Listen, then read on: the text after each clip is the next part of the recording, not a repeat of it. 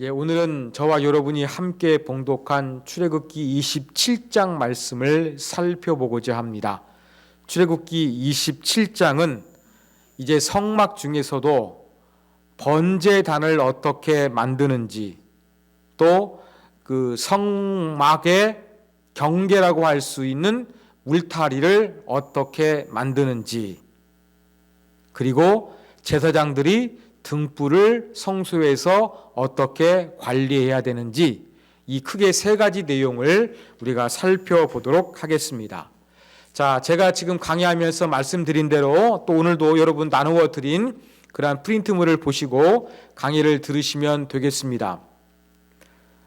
제가 강의를 하면서 말씀드린 것은 너무나 세세하게 복잡한 것을 다 기억하지 말고 먼저 큰 그림을 머릿속에 그려 넣으시라, 제가 그렇게 말씀을 드렸습니다.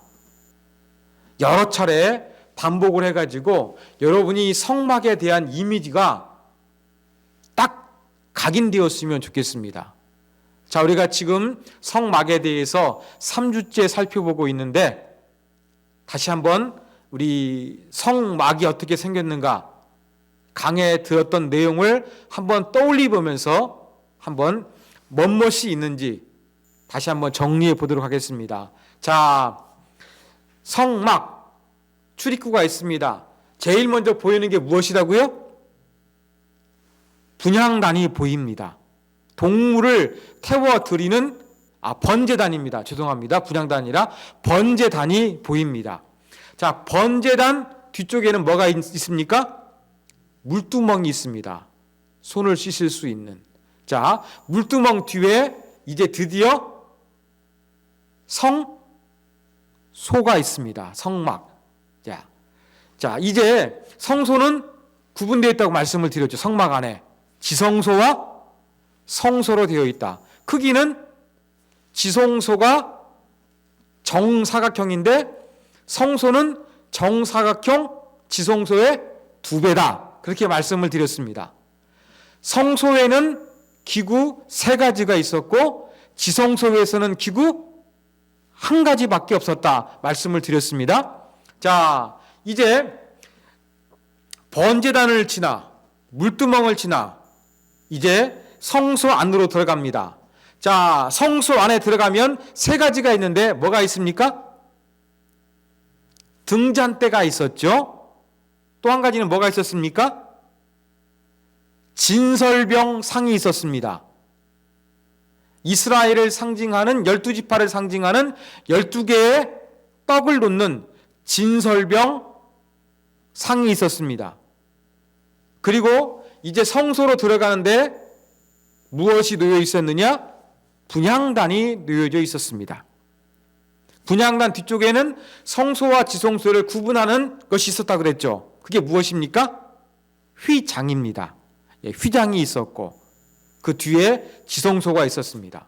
자, 성막은 하나님을 만나는 곳인데 지성소는 인간을 위한 공간, 성소는 인간을 위한 공간이라고 한다 그러면 지성소는 하나님이 거하시는 곳입니다.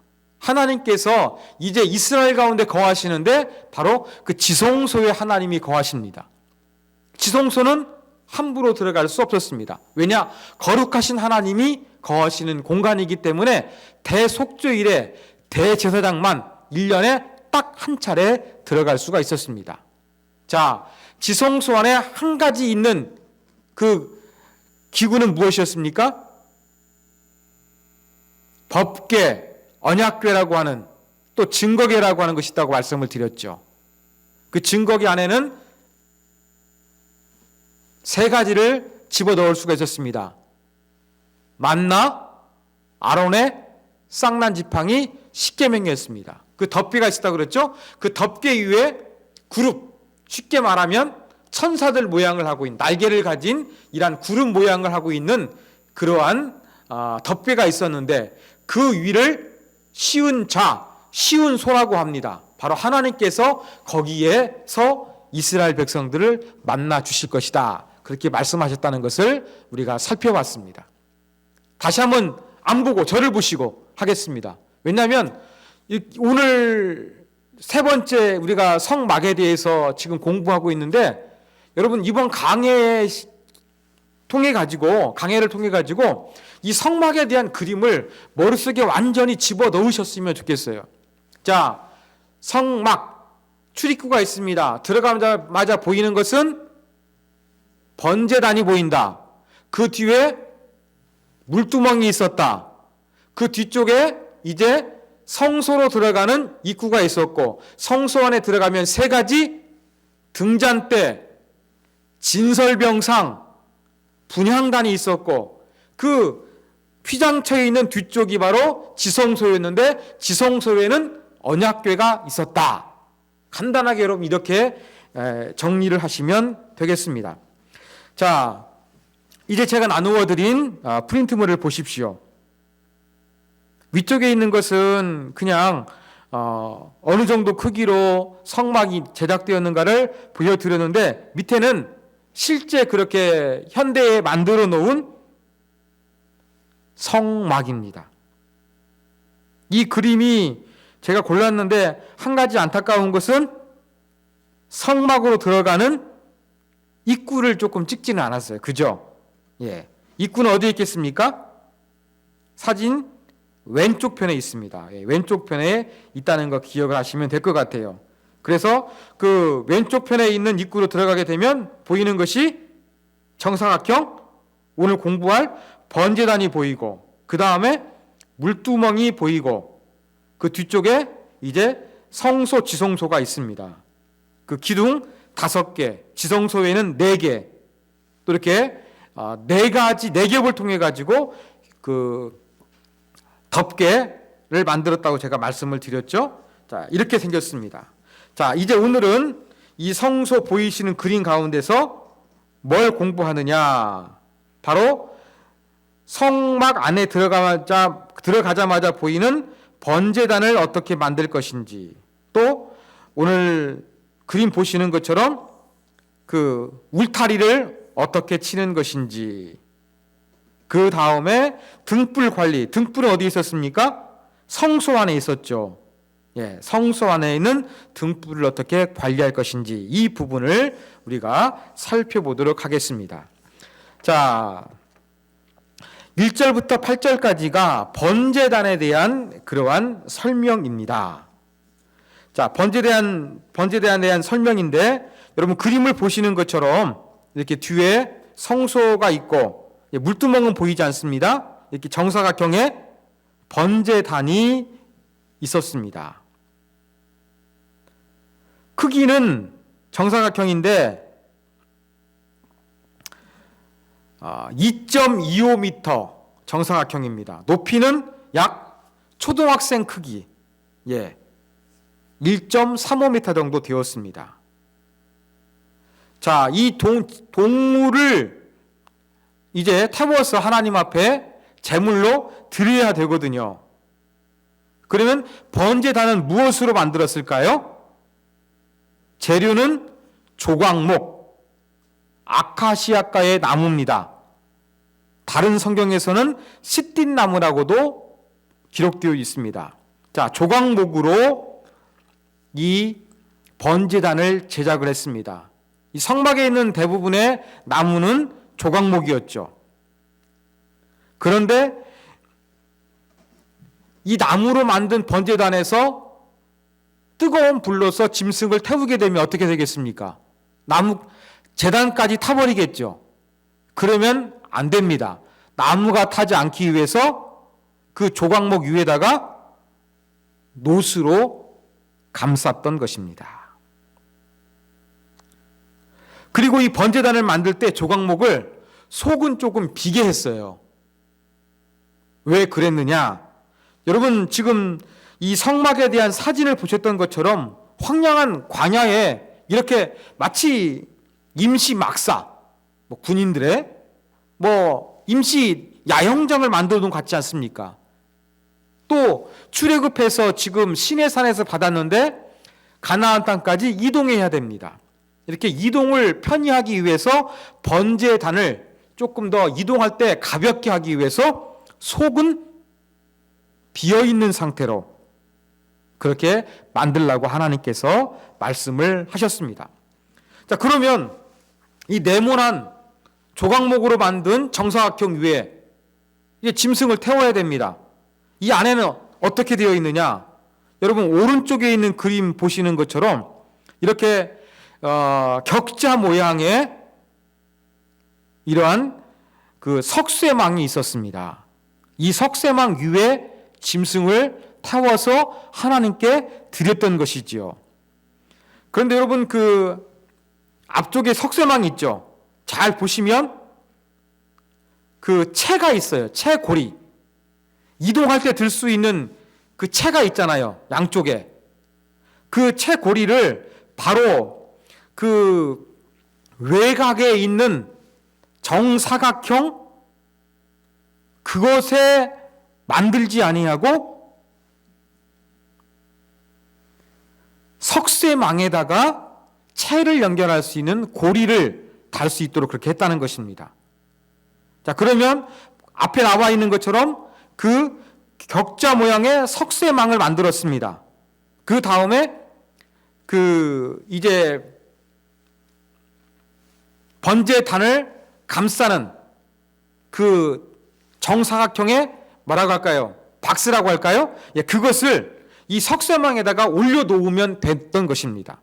그런데 이 석쇠망의 높이가 어느 정도 같이 갔느냐? 하나님께서 아까 제가 말씀드린 135cm인데 바로 그 중간쯤 그 석쇠망이 오도록 하라고 하나님께서 말씀해 주셨습니다. 자, 그리고 성경을 보다 보면 여러분 동물을 태워 드리잖아요. 그러면 이것만 있어서는 안 될 것입니다. 부속 기구들이 조금 필요했어요. 어떤 때는 짐승을 통째로 드리기도 하고 어떤 때에는 부위를 구분해 가지고 드려야만 했습니다. 그러다 보니까 여러 가지 이 번제단에서 사용되는 기구들이 있습니다. 자, 번제단에 있는 그림 보시면 왼쪽에 있는 그림 보시면 딱 2개밖에 안 나왔어요. 그런데 더 많은 것을 언급하고 있습니다. 자, 2개 보시면 삼지창 같은 게 보이시죠? 예. 이건 무엇에 쓰는 것이냐? 이건 고기 갈고리로 보입니다. 삼지창 모양의. 왜냐하면 이 짐승을 태워 하나님께 드릴 때 어떤 때는 고기를 돌려야 되지 않겠습니까? 그러다 보니 그때 사용할 수 있는 이러한 고기 갈고리가 있었고, 그냥 고기 갈고리 옆에 보면 그냥 삽처럼 보이죠? 이건 언제 사용했느냐? 이것은 이 불을 떼서 나무를 태워가지고 재물을 불살른다 보니까 이렇게 재를 담는 삽이 필요했습니다. 이 재를 담는 삽으로 보입니다. 그거 외에도 자, 동물을 태워드리고 남은 재가 있습니다. 근데 이 재는 어떨까요? 고기를 태웠으니까 이 재에도 기름기가 아주 많겠죠. 삽으로 그 재를 떠가지고 담을 수 있는 그 통이 있었습니다. 예, 그 통도 있었다는 걸 기억하시면 되겠고, 그 다음에 대야 같은 게 있었어요. 왜냐하면 하나님께 제물을 내장을 바친다거나 여러 가지 부위를 하나님께 바치지 않습니까? 그럴 때 제물을 담아 이 뒤섞는 양품 같은 거, 그런 그릇도 있었겠지요. 그 다음에 또 한 가지 설명이 있는데 불을 옮기는 그릇, 또 향로라고도 합니다. 아까 말씀드린 대로 이렇게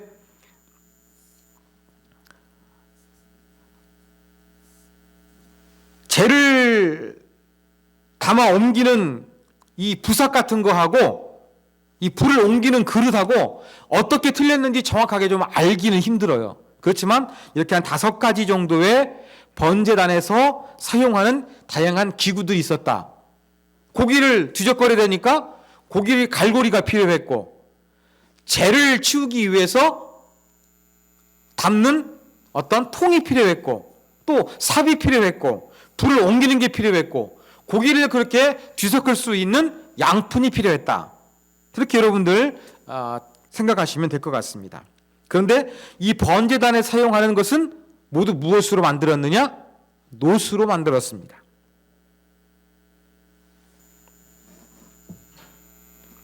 자, 그 다음에 8절에 보면 하나님께서 산에서 내게 보인 대로 그들이 만들게 하라. 그렇게 하나님 말씀하시거든요.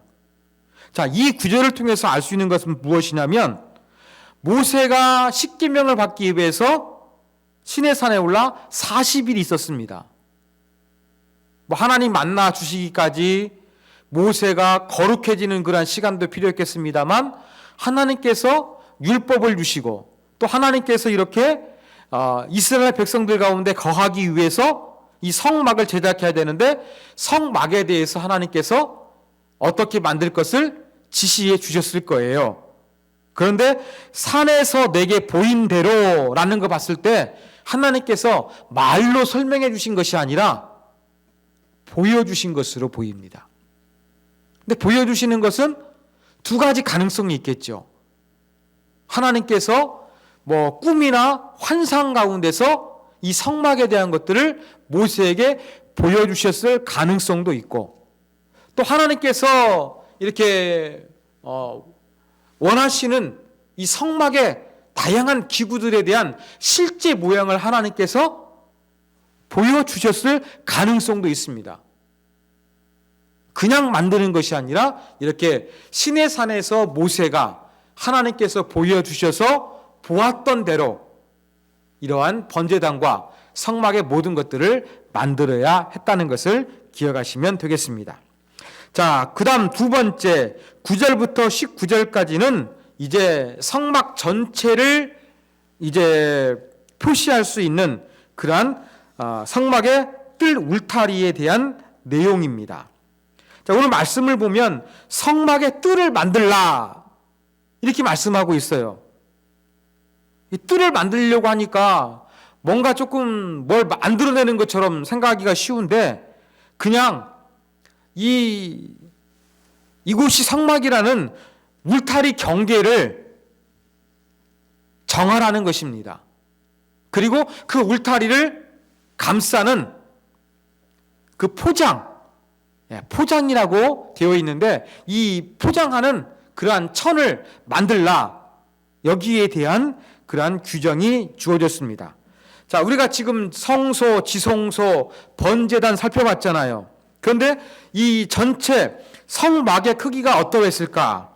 그 크기가 지금까지 얼마나 됐는지 우리가 궁금했습니다. 자, 그림 보시면 나와 있습니다.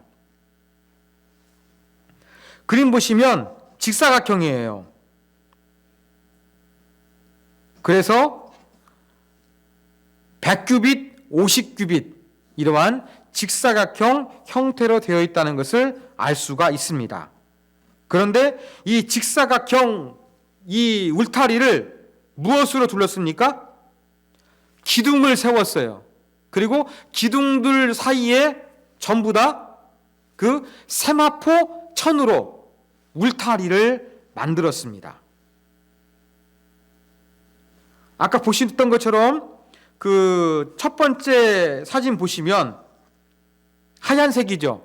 세마포는 회색이나 하얀색이라고 합니다. 지금 이렇게 만들어진 거예요. 기둥들 다 보이시죠? 기둥들이 있습니다. 그래서 이 50겹이 되는 동쪽과 서쪽은 기둥이 10개가 사용되었고 그 다음에 넓은 쪽은 20개씩 사용이 되었습니다. 자, 그러면 이 포장, 이 세마포를 따받치고 있는 이 기둥들 어떻게 제작을 했느냐? 제가 옆에 그림을 준비했습니다. 이것도 조각목으로 만들었을 겁니다. 그런데 그 그림 보시면 하나짜리 그림 보십시오. 맨 받침은 뭐였느냐? 노수로 만들었습니다. 그 다음에 조각목이 있습니다. 그 맨 위쪽에는 은으로 둘렀어요. 은으로. 고리 같은 게 두 개 보이시죠? 하나는 성막, 울타리, 포장, 천을 연결하는 것입니다. 그리고 또 한 가지 고리는 뭐 하겠습니까? 옆에 보셨던 것처럼 우리가 텐트 칠 때 팽팽하게 무너지지 않기 위해서 뭐 합니까? 말뚝을 박잖아요. 이 말뚝을 박을 수 있는 그러한 고리가 이 기둥들 가운마다 전부 다 만들어져 있었던 것입니다. 그리고 그 1페이지에 보여 있는 그러한 실제 성막에 대한 사진 보시면 전부 다 어떻습니까? 이 기둥들마다 이 기둥들을 잘 지탱할 수 있도록 그렇게 말뚝 같은 걸 통해 가지고 박아 놓은 것이 우리 그림으로도 확인이 됩니다. 이러한 세마포천으로 그렇게 만들어졌다. 그렇게 여러분들이 기억하시면 되겠습니다. 자, 그러면서 이제 그 입구를 또 설명을 드려야 됩니다. 자, 성막들 울타리 성막 구조라고 되어 있는 왼쪽에 있는 그림을 보시면 동쪽 기둥 10개라고 하면서 그 뒤쪽에 성막에 대한 입구가 있지요. 예, 바로 이 입구는 그냥 세마포 천이 아니었어요. 여기는 이제 휘장을 또 만들었습니다. 기둥 이렇게 이 기둥 한 10개 정도 차지한 10개에서 한 5개에서 칸으로 하면 4칸이지만 이 칸 안에 이제 좀 색깔을 달리해 가지고 이렇게 아마 천이니까 휘장이니까 올라가겠죠. 그래 사람이 들어가니까 그렇게 이 기둥을 만들고 입구는 조금 다른 휘장을 만들어서 이 다른 세마포 천하고 구별되게 했다는 거 여러분들이 기억을 하시면 되겠습니다. 자, 그리고 이 성막 울타리를 감싸고 있는 세마포 천의 높이가 어느 정도 됐느냐? 5규빗입니다. 5규빗 정도 됐다는 거 여러분들이 기억하시면 되겠습니다. 5규빗 하면 아마 이렇게 초등학생 크기 정도 아마 됐을 겁니다. 이것도 그렇게 될 것 같습니다. 그 다음에 그 성막 울타리의 뚫은 청색, 자색, 홍색, 가늘게, 꼰, 배실. 이것은 성소 입구 하는 거하고 좀 비슷하죠. 예, 그렇게 만들고, 또 지성소 앞에 있는 것도 그렇게 이 4가지 재료를 통해서, 실을 통해서 만들었다는 거 기억을 하시면 되겠습니다. 자, 다시 한번 우리 맨 앞에 있는 이제 그 성막 전체 그림을 보겠습니다. 다시 한번 성막에 대한 것 보지 않고 정리해 볼게요. 자, 직사각형 모양의 성막이 있습니다. 자, 출입구 휘장으로 되어 있네요.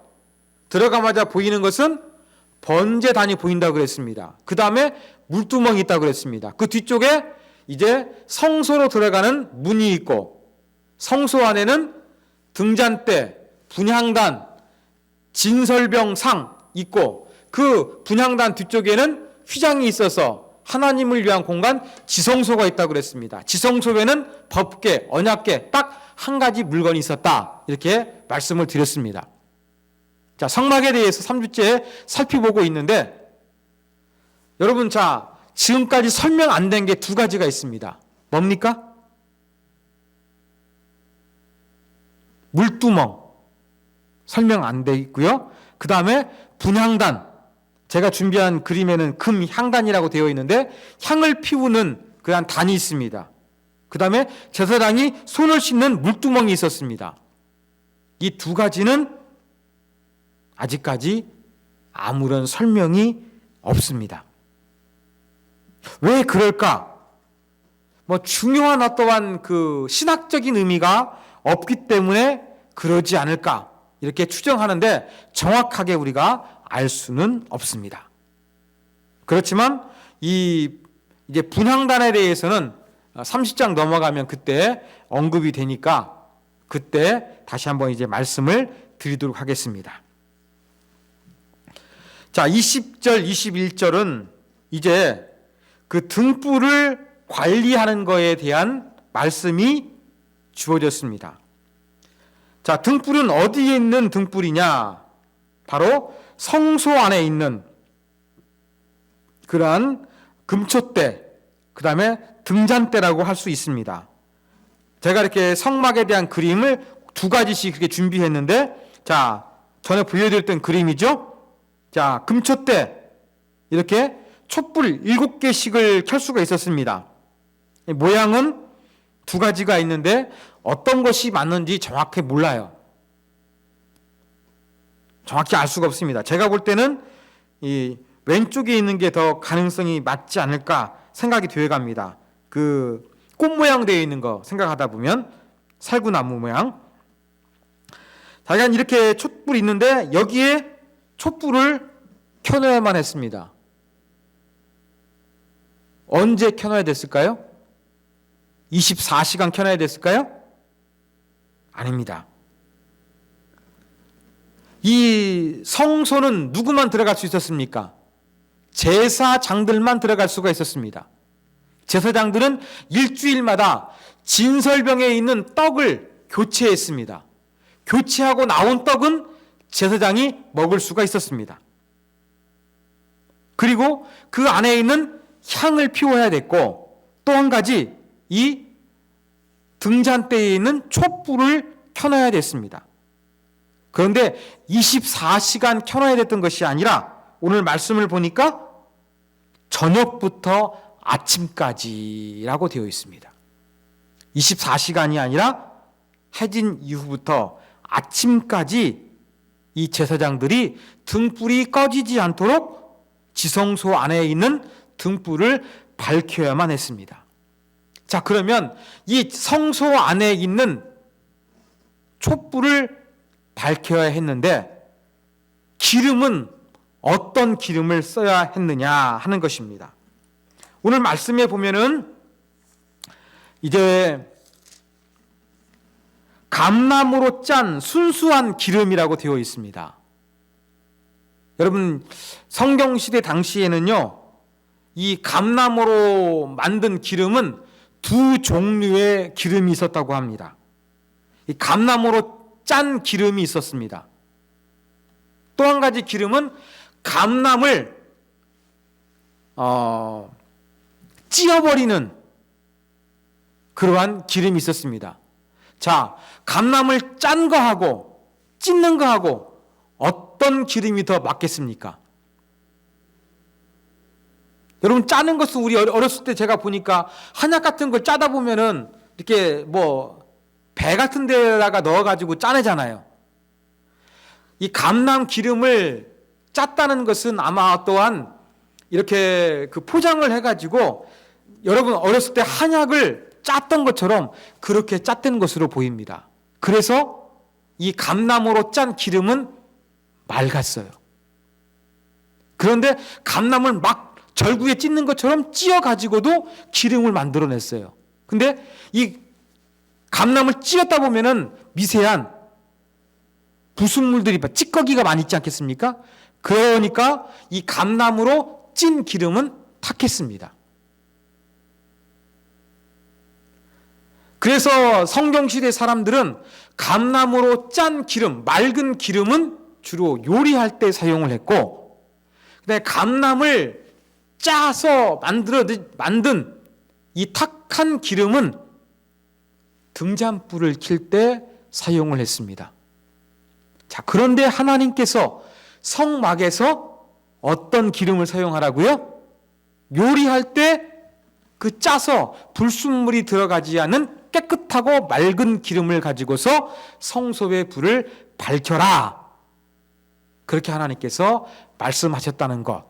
그래서 아무 기름이 아니라 조금 그 당시 감나무로 짠 기름이 두 종류가 있었는데 불순물이 들어가지 않은 맑은 기름으로 성소를 어둡지 않게 등불을 잘 꺼지지 않도록 관리해야 된다. 이 명령이 주어졌다는 것을 기억하시면 되겠습니다. 자, 그리고 제가 지금 생각났는데 한 가지 빼먹은 게 있습니다. 다시 번제단으로 가겠습니다. 자, 번제단 그림 보십시오. 자, 그림 보시면 정사각형 모양이라 그랬죠. 자, 정사각형 그 점마다 4개 보이는 게 뭐 보입니까? 양쪽 그림 다 전부 다 뭐가 보입니까? 뿔이 있죠, 뿔. 제가 뿔에 대한 설명을 빼먹었어요. 뿔이 있습니다. 자, 짐승을 잡아가지고 피를 발랐다고 하는 것, 여러분 레위기나 구약 성경 읽다 보면 자주 등장하지요. 자, 피를 어디에 발랐겠습니까? 이 제단 뿔에 발랐던 거예요. 뿔도 중요합니다. 자, 그리고 이제 정복 이후에 팔레스틴 지역을 가나안 땅을 정복한 이후에 하나님께서 6개의 도피성을 만들으라고 했습니다. 그런데 의도적인 살인이 아니라 실수해가지고 사람을 죽인 사람이 도피성에 가면은 생명을 유지할 수가 있었습니다. 이 도피성에 들어가가지고 살기 위해서 어떻게 했느냐? 제단 뿔을 잡았다는 기록이 있습니다. 바로 번제단의 뿔입니다. 그러니까 이 번제단의 뿔 모양은 정확하지 않아요.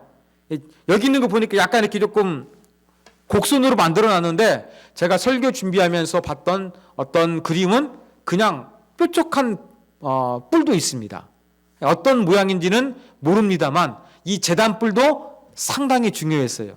그래서 제물에 피를 바르거나 도피성에 도망했던 사람들이 제단에 뿔을 잡았다는 성경의 기록이 있는데 이러한 모든 것들은 번제단에 있는 뭐라 그럴까요? 사각지점에 있는 그 뿔이구나. 그렇게 여러분들이 기억을 하시면 되겠습니다. 자, 이제 우리가 27장을 통해서 배울 수 있는 교훈점 몇 가지를 한번 정리해 보도록 하겠습니다. 첫 번째 교훈입니다. 첫 번째로 우리가 성막에 들어가자마자 보이는 것은 번제단이라고 말씀을 드렸습니다.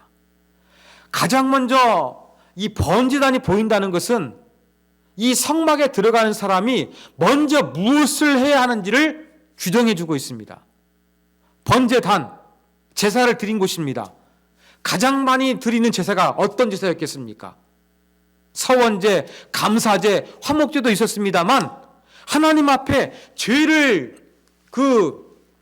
용서받기 위해서 속죄제, 속건제를 드릴 때가 아주 많았습니다. 그래서 우리가 이 성막에 들어가서 가장 먼저 보였던 것은 무엇이냐면 번제단이에요. 죄를 용서받기 위해서 제물을 바치는 이 번제단이 가장 먼저 보였다는 것입니다. 이건 뭘 상징하겠습니까? 우리가 하나님 앞에 나아갈 때 먼저 가장 첫 번째로 해야 되는 것이 무엇인지를 우리 가운데 가르쳐주고 있는 영적인 의미가 있습니다. 그게 무엇이냐? 바로 우리는 하나님 앞에 나아갈 때 우리 자신을 되돌아보면서 회개해야 한다는 겁니다. 이 번제단에서 때로는 감사제도 드렸어요. 맞습니다. 우리가 하나님 앞에 나아갈 때 먼저 우리 자신을 되돌아보면서 하나님의 말씀대로 살지 못하는 것에 대한 회개, 하나님께서 내게 행해 주신 여러 가지 일들에 대해서 감사, 이것이 바로 하나님 앞에 나아갈 때 우리가 가장 먼저 해야 될 것입니다. 회개와 감사입니다. 그런데 우리는 현대 그리스도인들 어떻습니까? 하나님 앞에 나아가다 보면은 상처받고 힘들고 우울하고 화나고 어렵다 보니까 또 문제가 심각하다 보니까 내가 안고 있는 여러 가지 문제에 대해서 내가 가지고 있는 감정에 대해서 해결받기 위해서 하나님 앞에 나아갈 때가 많이 있다는 거예요. 그런데 성막에 들어가는 사람이 가장 먼저 봤던 것은 번제단입니다.